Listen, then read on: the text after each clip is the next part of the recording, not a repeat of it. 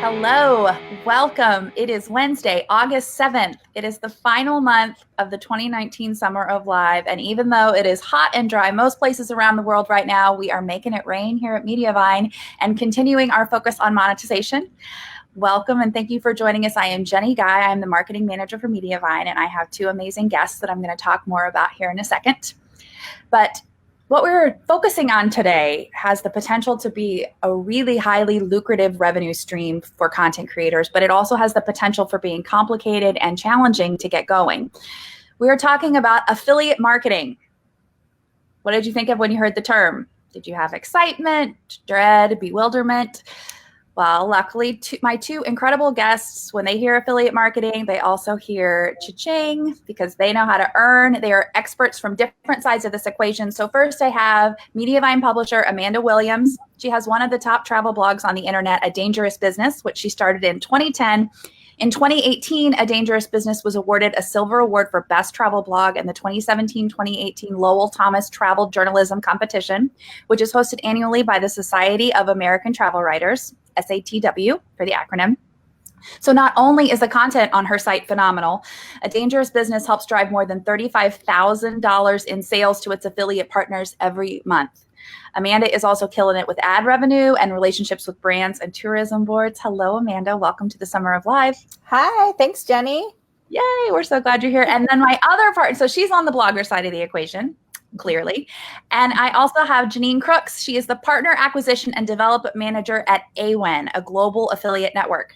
She is especially experienced in affiliate marketing and internet marketing and creating successful partnerships and developing effective, profitable websites that generate immediate involvement and results. She's a frequent conference speaker everywhere from Affiliate Summit to TBEX and the Military Influencers Conference.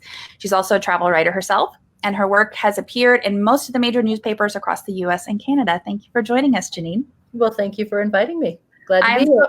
I'm so excited to have you both here. So I know that there are a lot of questions out there about affiliate marketing. So please make sure to post in the comments, and I will make sure that we ask the questions to my wonderful guests. But let's start kind of with a more general question, ladies. So you're both extremely well traveled, both literally and figuratively, with your education and your careers.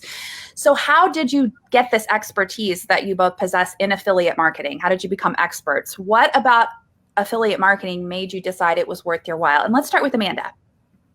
Okay, so I was trying to think of when I actually started implementing affiliates on my site. And I think it was fairly early. Like within the first year, I started adding Amazon links to my site, but I had no idea what I was doing. I mean, this was back in like 2011. So like nobody was really talking about SEO. Certainly nobody in the travel blogging industry was really talking about affiliate marketing. So it was kind of just like hit or miss for the first couple years. And I got serious about it, I want to say probably about 2015. That's the year that I went full-time with my blog as my only career. So I knew that diversifying my income was going to be really, really important. And it has been because, you know, in this industry, things change all the time. So having as many income streams as possible is really ideal. So I knew that affiliate marketing was going to be a good one because it's something that there aren't as many barriers to entry as some other forms of monetizing a website. So I knew that I could get started right away. And I knew that, you know, I had already built up a large enough audience to where I felt like they would trust me to recommend things. And that's really just kind of where I started. And again, I knew it was going to be worth it as a passive income stream because I was already recommending stuff to my readers. And so I figured, well, if I'm already recommending things, why don't I add some affiliate links and try and actually make some money from those recommendations that I'm already like authentically making? So, yeah. It seems to be something that really goes hand in hand with being a travel blogger. That's what people are coming there for, is to get your experience, the benefit of your experience, for you to make those recommendations for them. And so it seems to be it's a natural fit for all bloggers, affiliate marketing, but it seems to be an especially great fit for people in the travel space, for sure. Yeah. And I think as as Google algorithms have changed and things like that, and more bloggers are getting more of their traffic from SEO, so from searches. So if you have people that are searching for places to stay and tours to take and that sort of thing, it is a really natural fit to work in some affiliates for things that you're probably already writing about. Love it. Great answer. Okay, Janine, same question to you. Why affiliate marketing and how did you become an expert? Well, while I was travel writing, especially when I was first starting, I was also working a regular job, and I was always the marketing person at whatever company I was at. And I actually went to a company and inherited managing an affiliate program. And so I learned an awful lot about it fast and loved it. I mean, I just loved all the possibilities on there. And I have, that love has continued to grow. I've been in affiliate marketing now for over 20 years. I've been an affiliate, I've been a merchant, I've been a vendor. This is my second time with an affiliate network, and I can't imagine doing anything else in my life. I just literally love it that much. And I think the biggest reason why is because I've seen so many times when affiliate marketing has changed someone's life. When all of a sudden they are making their mortgage payment with it. Or, I actually saw someone go from homeless to homeowner. Wow. Because of affiliate marketing. I mean, that was a guy who was really determined, but he did it. And, just knowing that anyone can do that. And hopefully I can help them be part of that just makes it very fulfilling for me to be part of it, So that's one of the biggest reasons why I love affiliate marketing. We love that answer. It's a lot of why we do what we do here at Mediavine. It's so incredibly amazing to hear the stories of people who are having their lives changed by creating the content that they create. It's so exciting. So are you of the opinion, you said a little bit, but you believe anyone can do this? Is that right, Janine? Oh, yes. If you're writing on a blog, and the thing is, too, is you don't have to have huge numbers to be successful. You need to have more engaged readers. That's the part, So, I've seen blogs that don't seem to have a large audience do incredibly well.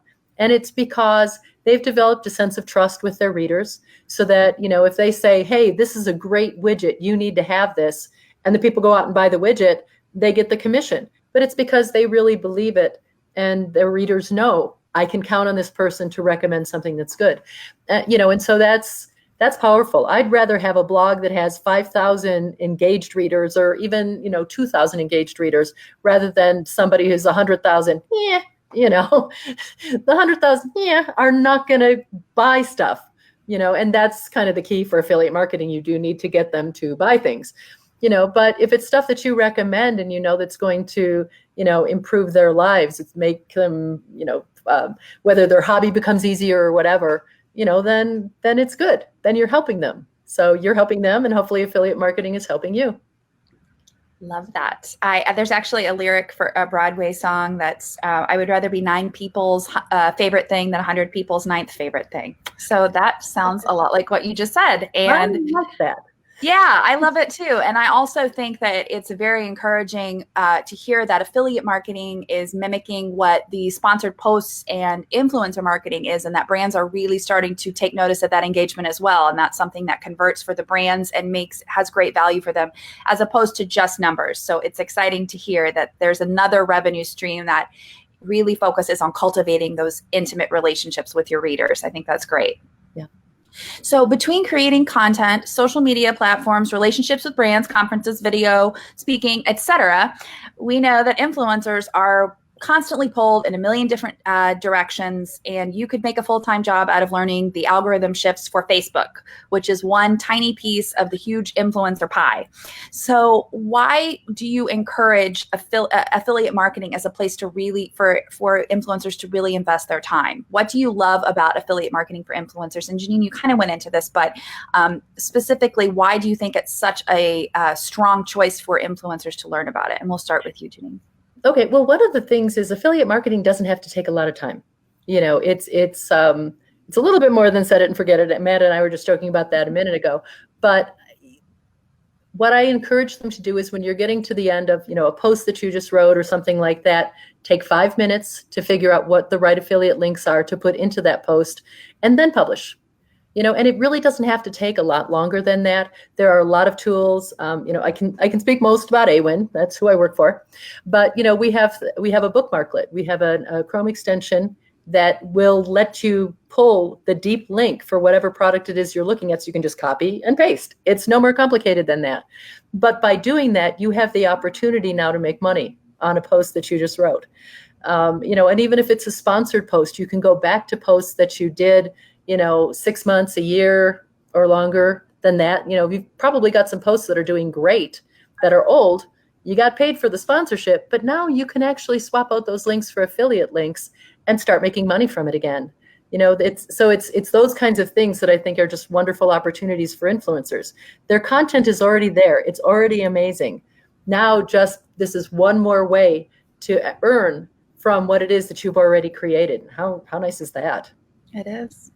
Amanda, why as an influencer I know that you talked about diversifying revenue streams, but it sounds like, is affiliate marketing a huge piece of the pie for you? Yeah, it is. I'd say it's probably 40% of my income. That's currently. amazing. So yeah, it's a big chunk. And I think why I would recommend it, I kind of already touched on it, but there's no barrier to entry, right? In most cases, you don't need to have any like minimum numbers or anything like that. You can kind of just get started and you have control, right? It's not like someone else is throwing links onto your website or anything like that. You're deciding what you're recommending and what links you're adding and where. But I think it's great for someone like me. I travel a lot. So affiliate marketing along with ad revenue is one of those things that kind of, once you set it up, it's there. And so I'm able to make money even when I'm not at work. So I can be traveling and still earning money, and that's great. But I think another thing that often kind of gets like a little bit overlooked is that I think affiliate sales and knowing what kind of sales you're making can actually be great proof of actual influence. Mm-hmm.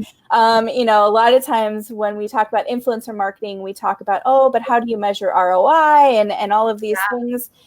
For me, I can say, okay, well, here are some of the brands that I'm an affiliate for, and here's how much in sales I make every month.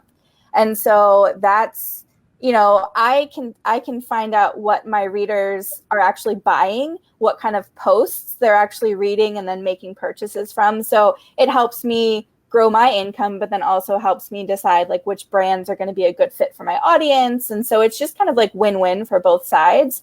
But I think also in this ever-changing world of influencers and bloggers, just being able to say like, hey, my audience actually buys XYZ. Is proof that you actually have some influence over them. And I love that as a pitching strategy to go in and is that stuff you're including in your media kit, Amanda? Yeah. I have a line in there saying like, this is the amount of affiliate sales I make a month. I find that more and more brands are starting to it's starting to click that like, oh, hey, we could work with people as affiliates on top of like sponsored posts and things like that. So I think I hope that's kind of the direction that the industry is going to go. That was always the ultimate goal. Before I came to Mediavine, I started the influencer program for a brand in Chicago, and it was a U.S. brand. It was a European brand that was a U.S. brand, and it was always the goal to have someone write a post, fall in love with the product, and then become that long-term relationship where they were wanting to write, and then encouraging them to stay, kind of become almost a member of the family as an affiliate. That's always the goal, I think. And I think that they nicely dovetail and are a great way to take that one-off post and extend it into a long-term relationship. I love that.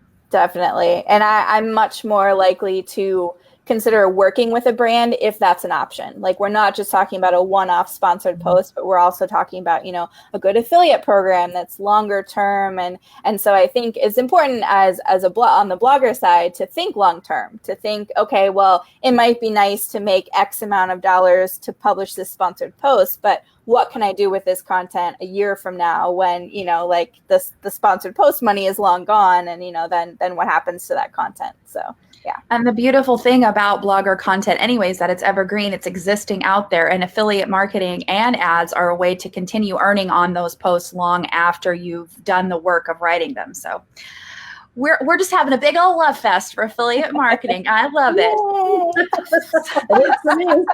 So yeah, I figured that you guys would probably not be against that tact. So there are a million different ways to engage in affiliate marketing.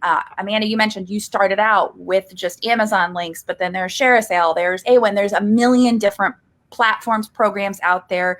And then there's also building that individual relationship with the brand who is managing their own affiliate platform. So what are your favorites? I know Janine might have a little bit of a slant here, but how can our audience start using these platforms? How do you vet a platform? Do you guys know, could you come up with some red flags that if someone is contemplating entering an affiliate relationship with a platform or a program, they should look out for? Janine, we'll start with you.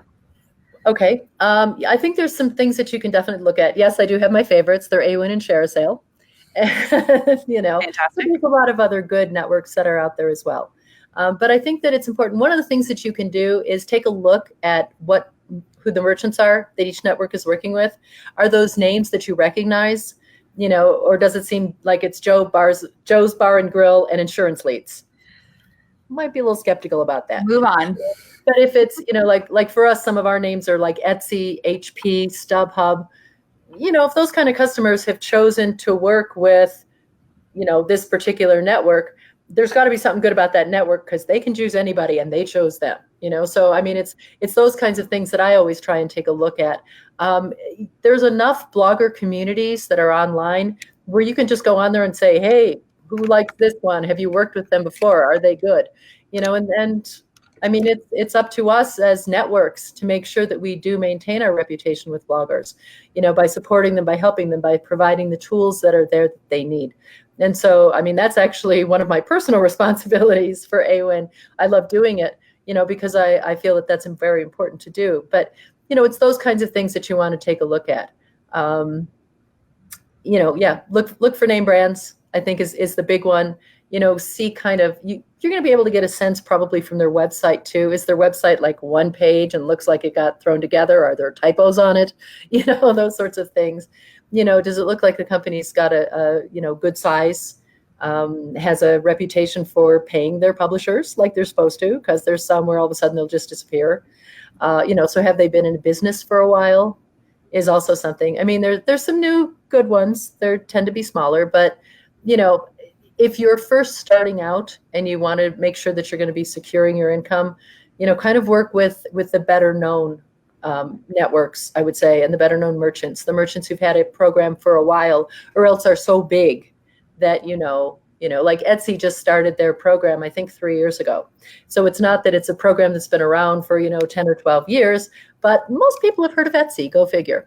So, Yeah. They've got like 300 million products on there. So, it's things like that, I think, to look for. Fantastic. And if it's somebody you would buy from. Yeah, definitely. I mean, I'm sure that if their website is causing you to feel trust, then that's something that your clients, your readers will also feel. I mean, the same question to you.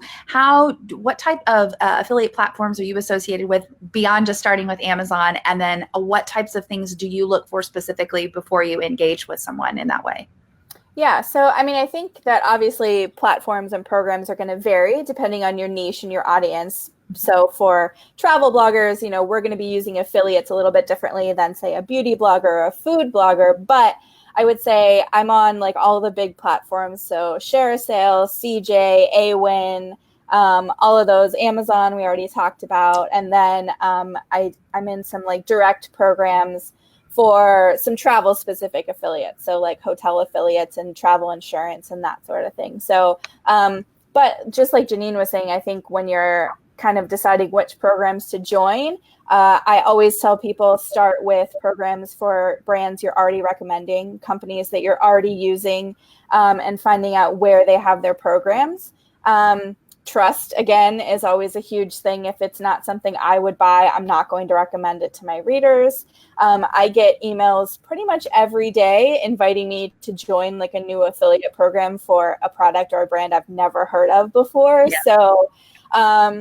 So yeah, it can be tough when you're first starting out to figure out where to start. So I usually say start with those handful of products and companies that you already know you love and that you could recommend without any trouble, and then find out where they are. A lot of brands, though, are on multiple platforms, or they might be on one of these affiliate platforms and then also have their own direct program. So in those cases, it comes down to kind of the nitty gritty details of, what are the commission rates like, and how are they paying you, and all these other things that you might want to think about. But I think the good thing about joining programs through these larger platforms is that everything's kind of aggregated in one spot. It's usually a little bit easier to know you're going to get paid every month. And it's just, I think, a safer place to start, because there are so many programs to choose from if you're using like a share sale or something like that. So, yeah.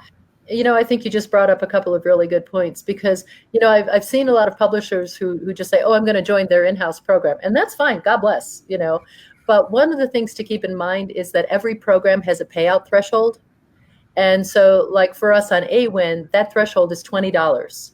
And so any combination of commissions that you receive from all of your merchants that hits $20 triggers a check. If you're just on an in-house program and their threshold is $20 or $50, or in some cases $100, you have to sell $100 through their program before you get anything. And so I've had a lot of folks, especially when they're just getting started, and kind of commissions are a little bit slower to arrive because they haven't kind of filled up that particular pipeline of links on their site. It might be easier to perhaps work with a network where you've got a lot more chances to hit that threshold. So just absolutely. And so it sounds like you're advocating for casting a wide net in terms of the products that so you're saying that in terms of coming on one of these networks, you have the options for many different products with many different brands, and you can kind of scatter your links out more broadly and have a better chance at converting. Oh, absolutely. Well, Share a Sale has 4,000 merchants. So I mean, if you go on there, you're going to find somebody selling just about everything you could ever think of, and so by doing that, their threshold's a little bit higher than ours, but nevertheless, it's attainable, and they'll help you. You can see, and what you said was so true, Amanda, about being able to just kind of log into your account and being able to see what merchants are performing. If you set up your links the right way, we recommend deep links. We recommend adding things like click refs in there. You can actually know that, you made this sale from this mention of this product on this page on this date, which perhaps was right after you did a social media promotion or something like that. And so if you start studying those analytics, you really can optimize your results. So part of that is are you a numbers nerd? Do you get into that or not? Some people do, but I mean, just even seeing that, I tell a lot of people they can just spend 15 minutes a day on affiliate marketing and, really start getting a good foundation on it. And sometimes what that means is to go through and take a look at some of the links and say, I've never sold this particular item.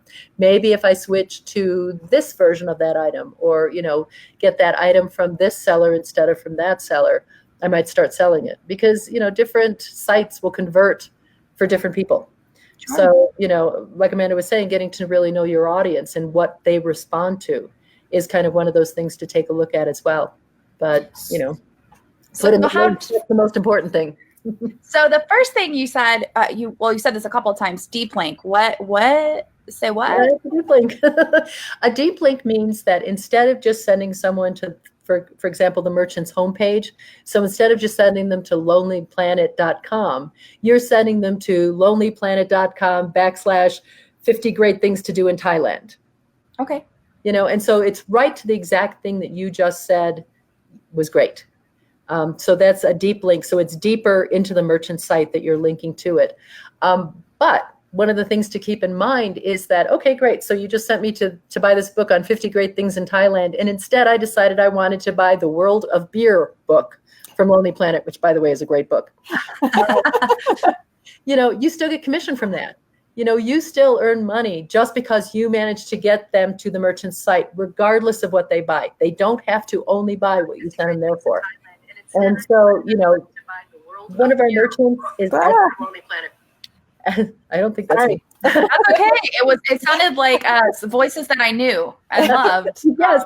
Wait, I'm hearing myself again. Very creepy, but exciting. Yeah. Well, I'll tell you, one of our merchants is Etsy, and I see a lot of people who link to a lot of things on Etsy. And I can also, Etsy gives you deep product information. So you can literally see what product it was that you sold in each case.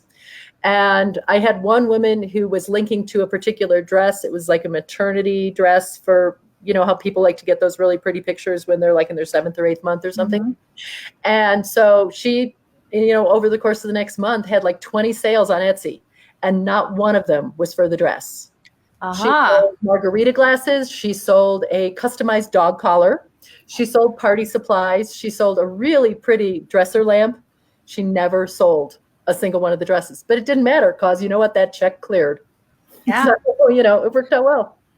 So, Amanda, how do you determine what your audience will buy? And it's sounding like you don't even necessarily have to determine what the exact product is, but what product line or website they're going to buy from. How do you test that? Is there A/B testing? How did you make those determinations? So some of it is just testing, and some of it is just like, I'm not like a huge data nerd, but I do pay attention to my analytics and to, where people are from and that sort of thing, which is sometimes important for some affiliates. If they have different programs for different regions of the world, like that's something you have to sometimes keep in mind. Like Amazon has programs for, several different countries in the world, and you have to kind of like pick which ones you're going to join. But another thing I always recommend doing that I don't think enough bloggers think to do is to actually just ask your audience. I try and do a reader survey at least once a year. And now, granted, not everybody who reads your site is going to participate in a survey, but even if you just get like a couple hundred responses, that's enough to kind of extrapolate the data from. So, for example, I ask general things about my site and about how my readers travel and that sort of thing. But I also ask really specific questions that are just geared towards my affiliate strategy. So I'll ask them things like, when you travel, do you purchase travel insurance? What sites do you use to book your hotel or search for flights? Do you read reviews on TripAdvisor before you book something? And these all kind of like have to do with how I'm using affiliates. So for example, the last survey I did, I asked people whether they read reviews on TripAdvisor before booking a hotel, because TripAdvisor was an affiliate I was thinking of implementing and was just like, well, I don't know if people are actually going to click over or not. But 93% of people who took my survey said they either always or sometimes will read TripAdvisor reviews. So that was a no-brainer then for me to go ahead and start putting TripAdvisor links into my destination-specific posts. And now it's one of my highest affiliate earners. So even just asking your audience, you might think you know what they're using to book things, and you might actually have no idea. You might think that they're using, Amazon only once a month, but they might be using it like 10 times a day. Like you don't really know unless you take the time to ask. So I definitely recommend, if you've never surveyed your readers about how they're actually booking or buying things, do it. It's definitely going to help your affiliate strategy. I love that. That is so smart. Genius. Okay. So the multi-million-dollar question, or the homeless to homeowner question. What converts? For Janine, what type of content do you encourage your clients to create that if they really want to sell? And then Amanda, what works for you with your audience? Let's start with you, Janine. Well, what I really do is encourage you to find, the words about the products that you just talked about, and turn those into deep links. So put it right into your content. Affiliate marketing does not mean putting a display ad on the side. That's going to be your least successful way. And usually when I talk to someone who said, I tried affiliate marketing and it didn't work, it's because all they did was put up banner ads. That's not going to do it. You're going to do much, much better from text links. I always say that any noun, especially a proper noun, can become an affiliate link. And so, and that's really true. I mean, if you're specifically mentioning a brand name, turn that into an affiliate link. Find a good source for that product. It's not always the manufacturer, by the way, who may have an affiliate program. Sometimes you might need to go to an online department store. So maybe you're going to AliExpress or Alibaba or something like that, someplace that sells it. And be able to do that. But, and the other thing that I would say is don't turn every noun into an affiliate link. Scatter them prudently. So maybe, put 2 or 3. If it's a really long article, maybe put 5 in there, but, not every single word. But, by doing that, it's also kind of a pipeline thing. That's what I was mentioning before. What you want to do is scatter those links throughout your posts on your blog so that there's lots and lots of opportunities for people to buy. Because what you'll find is that on Monday you sold from article 1 and article number 7, and on Tuesday you made 3 sales, and it was articles number 5 and 14 and 27. And it'll work that way because it depends on who your reader is on any given day and what they're ready to buy. But the biggest thing that you're doing is giving them the opportunity to buy. And that's what having affiliate links all over the place, that are links that make sense, that are genuine to products that you know and you love, or services that you've used or you have really looked into. I mean, I know it's not possible for you to buy every single thing that you do. It's not possible to stay at every single room that's recommended by TripAdvisor, who's one of our merchants, by the way. So thank you so much for that. But you can definitely, really research something and then also talk about it. Ask your friends, ask your coworkers, ask other bloggers that you trust to be able to do it. But text links, I think, will way outperform anything else. That's what I've seen consistently. Amanda, did you find the same thing? Yeah, I would definitely say text links over images or other banners. I mean, it's something that you can test, obviously, because what works for one audience might not work for the other. But I think in general, most people will say that text links are the best performers. Mm-hmm. But I think were you done, Janine? Because I don't want to jump in. Yes, no, go ahead. I think you, Amanda.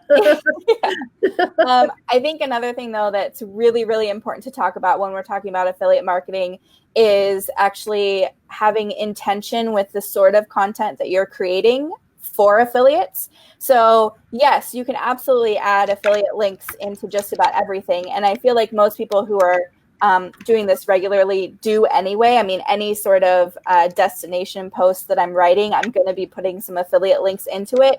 But it's also really important from a strategy standpoint to think about the buying process or the booking process if we're talking about travel, which is what I know best.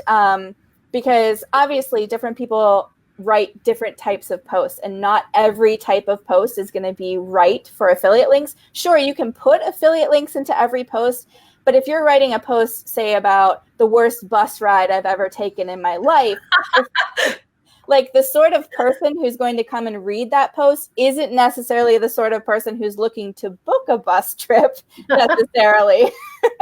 So unless it's for motion sickness medication or something like that. But so you do have to think of reader intent. So those kind of personal narrative type stories are great, and readers love them, but those aren't going to be the ones that are going to convert the best. So you do need to think about, okay, what is someone who's actually looking to book something or purchase something? What are they searching for? And then kind of tailor your content to that. So in travel, for example, instead of writing, 5 reasons why I love Cleveland, I might write, the top 5 places to stay in Cleveland if I'm trying to do something that's a little bit more geared towards selling something. And in that case, you're going to be recommending hotels. That's just a random travel example, but I think you probably get the idea. So reader intent really does matter when it comes to affiliates. And if you're focusing on, especially search traffic that's coming in. So when people are searching for something, especially if it's where to stay, things to do, products to buy to maybe do a certain thing, whether that's cooking or baking or doing some sort of DIY craft.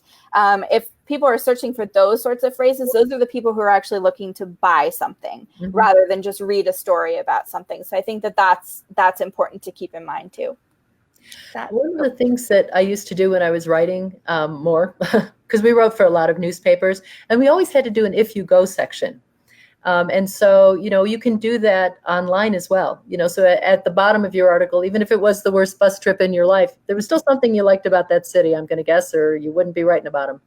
And so in the bottom, you can just say, for more information, here's a place to find great hotels in Pittsburgh. Here's a place to find, whatever, and just kind of list those things out. So even if you want to do it as kind of a little tiny roundup at the bottom, just a paragraph with, bullet point for this, however it is you'd like to do it, and what fits your style. That's always one place where you can also tuck in some links. And you can be surprised, what kind of things can happen from that. And you know what? If they click through on the link to Pittsburgh and they decide that they want to go to Cleveland instead, you still earn the commission. Excellent. So I've got a few reader questions. So 2 audience questions. They're not reading. I mean, they are reading, but they're not reading. They're hopefully listening to us. Diana Hansen said, how do you naturally do text links without saying, quote, get it here and link to here? You can literally turn the word or the name into the link. So you don't have to say buy it here. Usually a lot of times, because you've turned it into a link, people can hover over it. So usually they'll be able to see what the name of it is. You can do something like pretty links. So you can say, /Adidas, /Under Armour, Lonely Planet or eBags or whoever it might be. So that's what you can do. You don't have to say buy it here to actually do it. Turn the name itself or the noun itself into the link. And that's actually, sorry, go Amanda. I was just going to say, but I will say that usually using action language and telling your readers what you want them to do with that link is actually a really good strategy for affiliate links. So not to say you should have like buy it here interspersed randomly in your paragraphs, but if you're writing, let's say like a roundup of products or some sort of gear, maybe at the bottom of each section, you could have a button or a link that says buy it here or check prices or something like that. I find that we often think our readers can read our minds and they can't. Sometimes they actually need to be told what to do.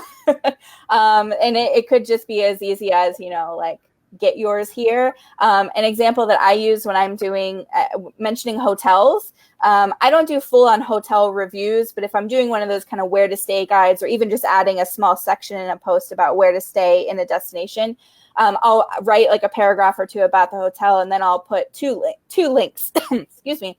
I'll put one that'll say like check or read reviews on TripAdvisor, and that's where my TripAdvisor link will go, or book a room here, and that'll go to whatever booking site that I'm using, because the 2 have different commission structures, and we don't need to get into that. But I'm actually telling people what to do with those links. So sometimes very clear calls to action are a good idea to use. And if I can just toss one thing in here a little bit, it's a little bit of an embarrassing story, but I'm game to share it. My husband and I were fortunate enough to go to Prague a couple of years ago. And so we had read this wonderful blog post about this hotel that this blogger just loved. So we wanted to stay there. But she didn't have a link in her article to that. So I went to another site, booked a room. And when we went there, I remember looking at the front of the hotel going, this isn't it. And it turned out we were at a place a block away. I didn't speak Czech. So to me, the name looked the same, and it wasn't. And so every day on our way to Old Prague, we got to walk past the hotel that we wanted to stay at, which was really frustrating. So really putting in those kinds of links is a service to your reader. If you're telling them that something is wonderful, make it easy for them to buy. Don't just say, and here's the whole internet, good luck finding it, because that's what happened to us. If she had put that link in there, I would have stayed where she said was wonderful. I mean, we still had a good hotel, but it wasn't the same one.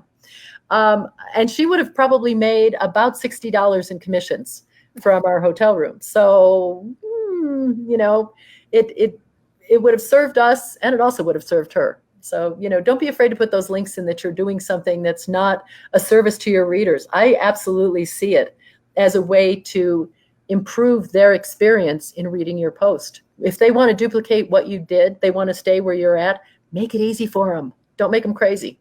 They want to have your outfit. They want to have your makeup look. They want to bake your cake. They want to make your chair, whatever it is. They want to refinish your barn door, whatever the thing is. They want to replicate. I mean, there's a reason that it's as you said, Amanda, that it's sharing your influence. They're reading your post for a reason. They want to use your expertise. And so rather than feeling that hesitation to be salesy or disingenuous or whatever is causing you to hesitate from sharing those things, I think it's just another part of you sharing your expertise and enabling you to continue creating the content that your readers are consuming. So Absolutely. Banish those thoughts. Wash those nasty thoughts out of your head.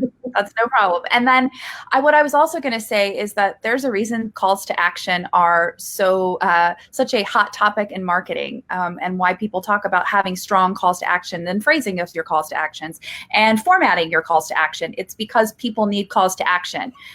So that's something that people need to be told. So I think that sharing that too is not something you should feel hesitant to do.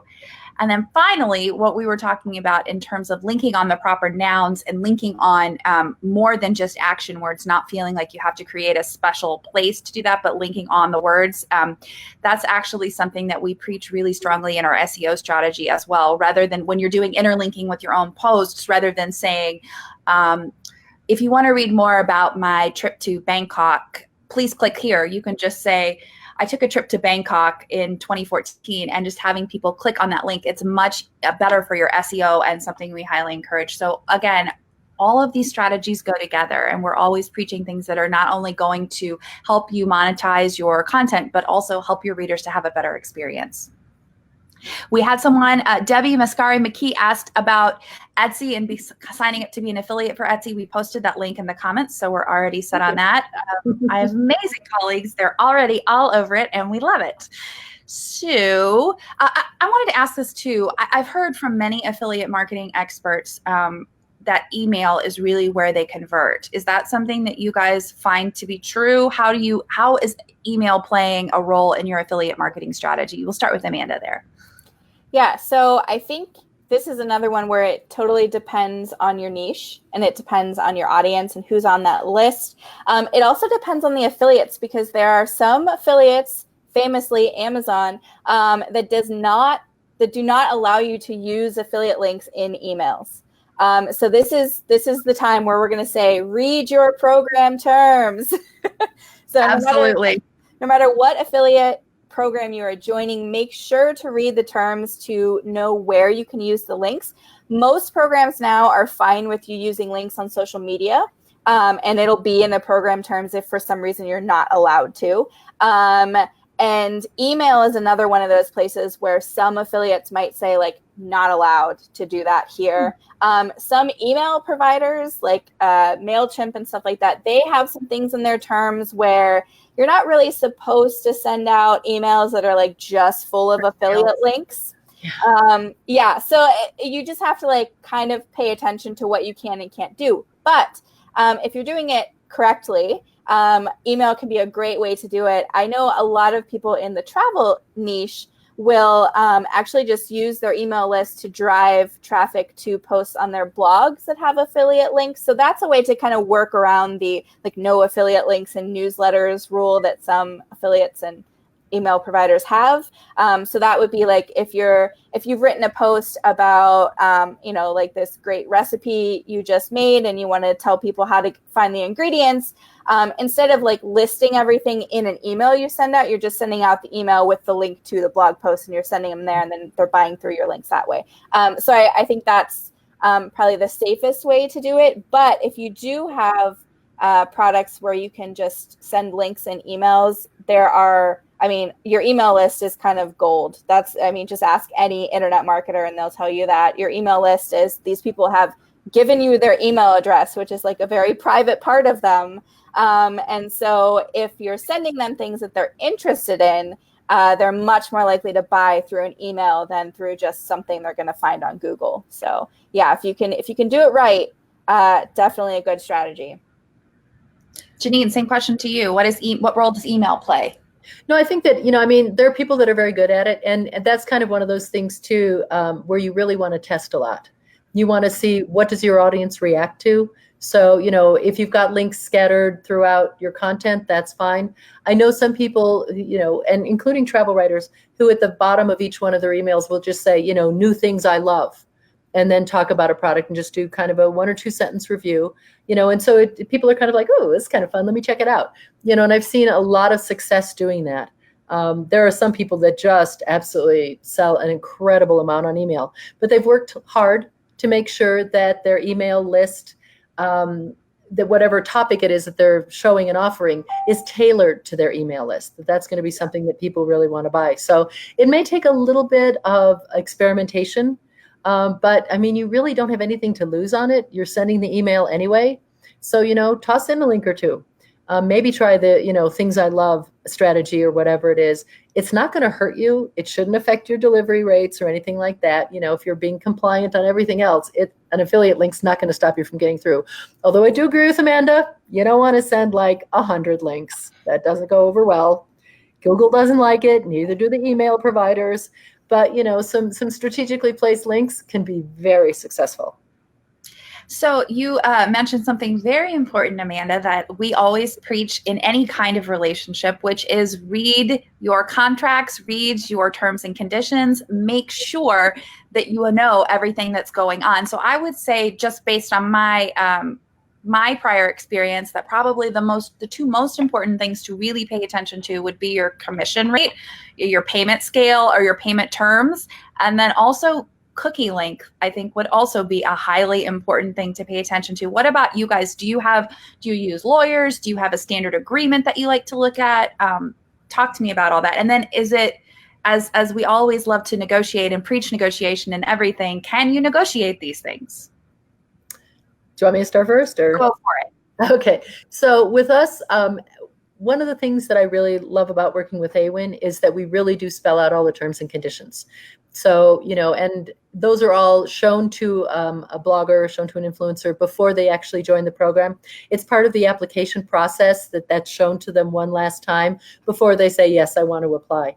And that information is always available to them. And the other thing that you can do is you can always reach out to the merchant, the affiliate manager, to whoever it is that's managing the program, and ask them questions. I'm not sure. Can I do this? Yes or no, and be able to reach out and do that. So I think that that's very important to do as well. I love that you brought up cookie length. Thank you for asking that question. One of the challenges that can occur in working with Amazon is Amazon has a 24-hour cookie. It is 1 day, period. Most merchants with their own programs or on a network usually are much longer than that. 3 days is a rarity. 7 days is even a rarity. Most of them are 30 days. And so for me, for example, Lonely Planet on Amazon is a 1 day cookie and a 4% commission.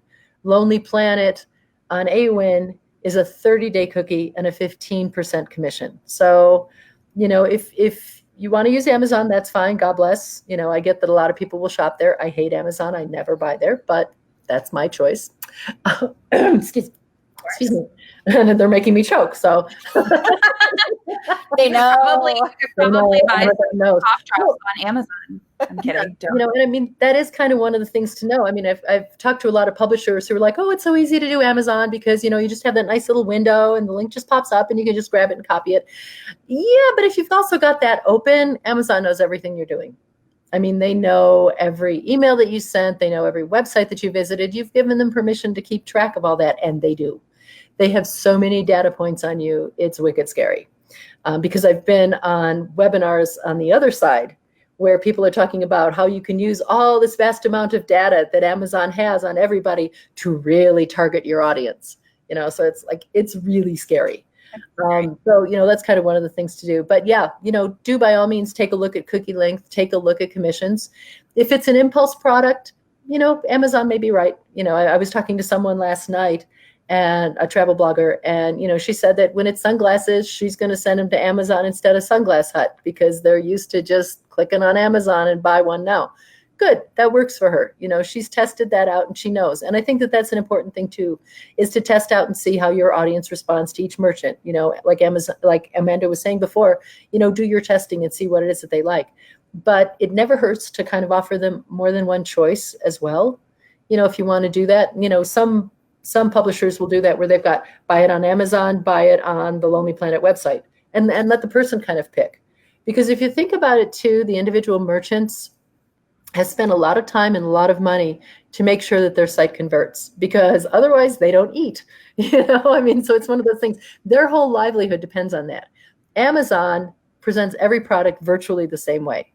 And so that's kind of something to keep in mind, because Amazon's like, great, you don't want to buy this, you can buy that. They're all over the place. So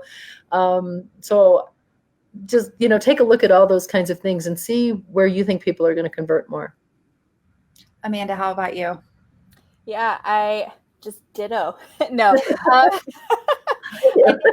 The things that I look at when I'm looking at like a new affiliate program would be, yes, commission rate, cookie length.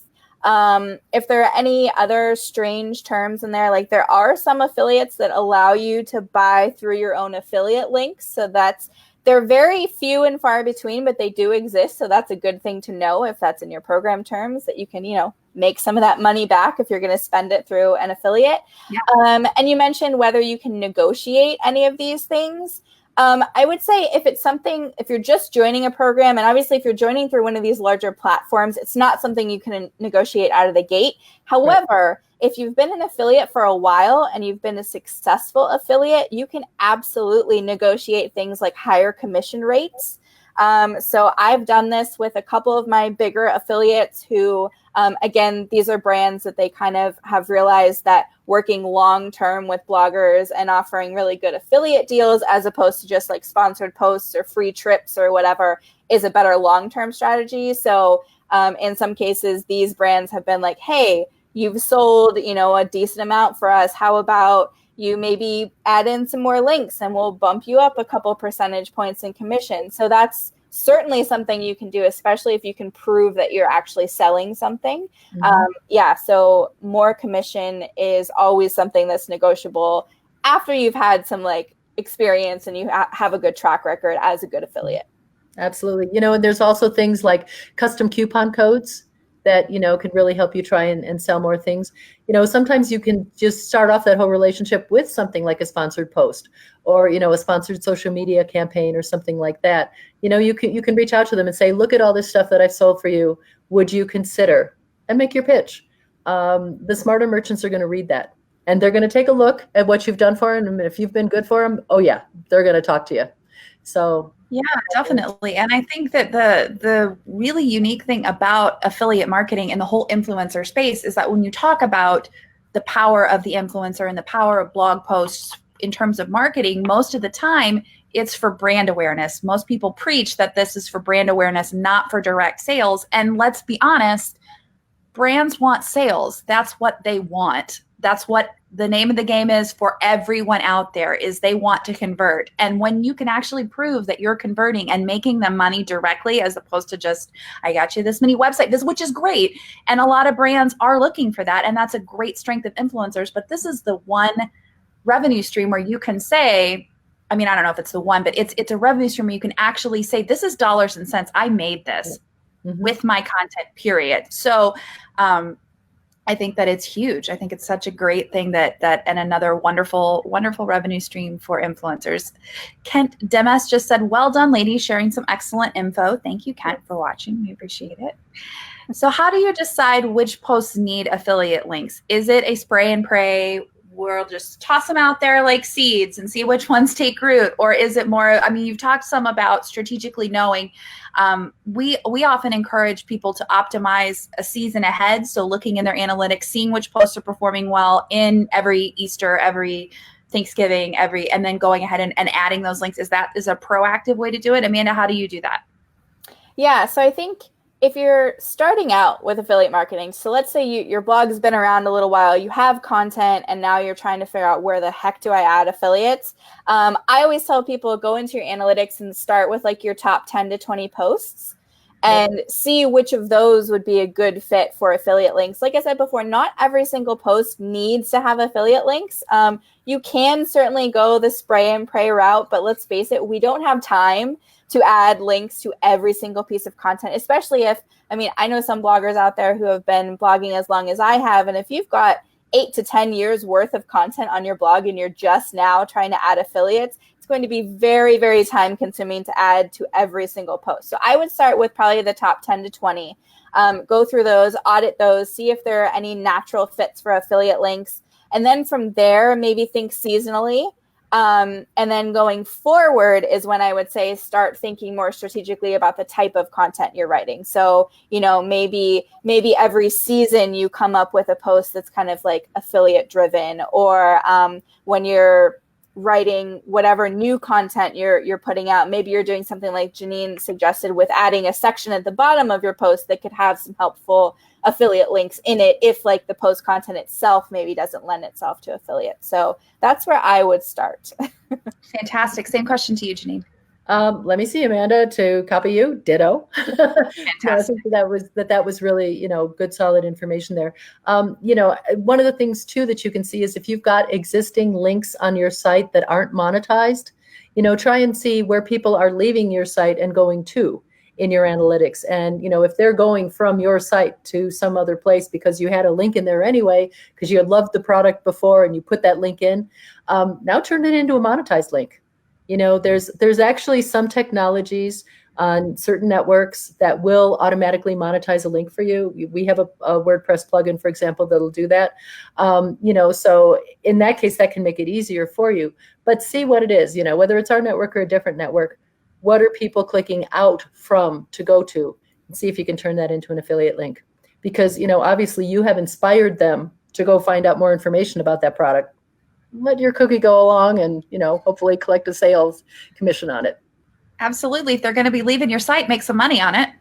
Why not? Okay, ladies, so I can't believe it. We only have 4 minutes left of our time together, which is such a bummer. You've been sharing such incredible information. I could talk to you guys all day.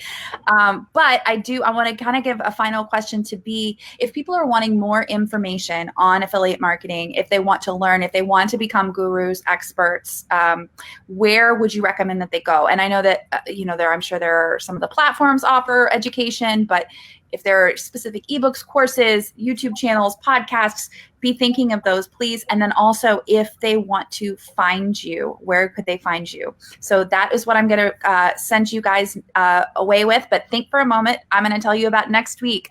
So today is Wednesday. We have another Summer of Live next Thursday, which is, I believe, the 15th. So we're halfway through August already. Next Thursday, we are talking about SEO, and we are talking with our one of our Mediavine co-founders and the co-host of the Theory of Content podcast, which is all focused on SEO. And we are, in addition, talking to a Mediavine publisher who focuses on SEO, who is Morgan McBride of Charleston Crafted. We're going to have the both of them here. We all know that SEO is something that everyone talks about and asks for more information about pretty much constantly, nonstop, every single conference. Every time we're talking about it, SEO, SEO, SEO. So we're talking about it next week. I'm really excited to have them here. And final thoughts from my two amazing guests. Janine, let's go with you first. Okay. Well, there's a lot of conferences that you go to. So if you enjoy going to conferences, you can usually find almost every conference now is having at least something that's talking about monetization. And often that's affiliate marketing. So I always do kind of strongly recommend that. There's one conference called Affiliate Summit, which happens twice a year. In January, it's usually in Vegas, and usually in October in New York City. So it actually starts in like a couple of days.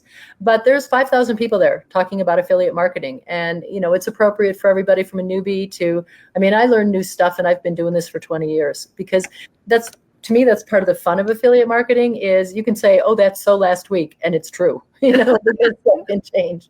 But, so that's what I do. There's a lot of great groups like on Facebook and stuff like that. A lot of the networks have their own Facebook groups. I know the Chair Sale does. We do at AWIN. And I'm sure that some of the other guys do as well, where you can go in and ask questions. But there's a lot of places like that. So, do try some different groups. People are always happy to kind of share their best information with each other. So do you want the contact me information now? Yeah, please go ahead. So anybody who wants to contact me, my email is just simply janine.crooks@awin.com. So if you've seen my name on here, it's just put a dot in the middle and an @awin.com at the end. I am on Facebook. I am on LinkedIn. I am on Twitter, all with my name. Reach me anyway. I get pinged all the time, all different ways, and I love it. So please feel free to just reach out and ask me questions. Send me an email. I will do my best to help you and answer any questions that you've got. And where can we catch you speaking? Any upcoming speaking engagements? Well, I'm going to be speaking at Affiliate Summit. I'm going to be speaking. Yeah, it's going to be fun. I will be attending FinCon. I will be speaking at CardCon, which is about credit cards. And I'm speaking at the Military Influencers Conference. I'm speaking at the TBEX Conference in Billings, Montana, so the Travel Bloggers Exchange. And then I'm speaking at the SATW Conference in El Paso in October. So no, you're not speaking anywhere. No, I'm just going to sit home and knit. Fantastic. I mean, knitting is good as long as you're posting about it and posting affiliate links for yarn. So exactly. All right, thank you. Very successful. Yeah, of course. And same to you. Same question to you, Amanda. So affiliate marketing resources. There are some podcasts out there that are really good. Everyone's probably heard of Pat Flynn. Smart Passive Income is a great website, podcast, resource center if you just want to learn about affiliate marketing in general. There's also some courses out there. I know there's one called Making Sense of Affiliate Marketing that's really popular. I have a course that's just for travel bloggers to kind of like get started with affiliate marketing. So it is very beginner based, but it's just on Teachable that I made a couple years ago. And yeah, I think Janine covered everything else. So if you want to find me online, my travel blog is called A Dangerous Business. That's dangerous-business.com. And then you can find me on social media at Dangerous Biz with a Z on all the networks. So Facebook, Twitter, Instagram, everywhere. Fantastic. We are posting up all those links. So those are going to be in the comments on Facebook. You guys have been wonderful. And I certainly consider you even more expert than I did when we started, which is a difficult feat. Thank you so much for joining me. Everyone else, thank you for being here with us for another week. Next week, we're talking SEO. We are so excited to continue our Summer of Live. If you've got ideas for content in the future, post them in comments, comment on our Facebook, come at us on Twitter, YouTube, wherever you want. Just let us know. We want to provide you with the content that you're interested in seeing, and that's going to help you grow your business. Everyone have a wonderful day. Thank you to my guests. Thank you, Jenny. Bye, you guys.